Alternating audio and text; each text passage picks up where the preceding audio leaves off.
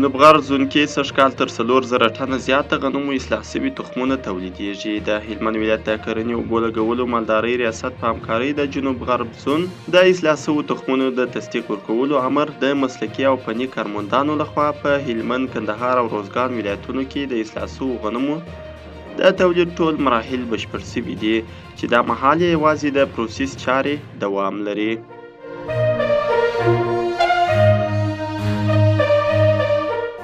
د کابل جلال آباد پر لویه لاره د درونټي په سیمه کې نن د یوې ترافیکي پیښې له امله 6 تنو ته مرګ ژوبله اوښتې ده. دغه پیښه د درونټي سیمه کې د سرایچې، زرنج او یو هینو موټر د بې احتیاطۍ له امله رامنځته شوې ده چې له امله یې 2 تنه مړه او 4 تنه نور ټپیان شوي دي.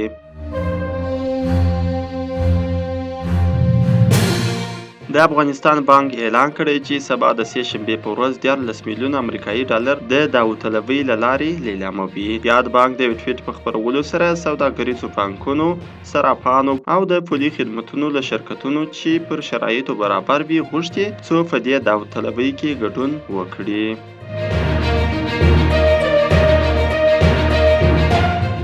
صدیقي د اقلیمي زیانونو د مقابلې لپاره باید افغانستان د نړیوالو مرستو د جذب هڅې وکړي. پیښو ته د رسیدو لپاره د اسلامي اماراتو حکومت وزارت ویلي چې په تیرو 4 میاشتو کې طبیعي پیښو څه باندې 200 افغانان مړه کړي. د اسلامي امارت چارواکي د وروستیو سیلابونو د دوام او په راتلونکي اونۍ کې د سختو اورښتونو خبرداری ورکړی دی.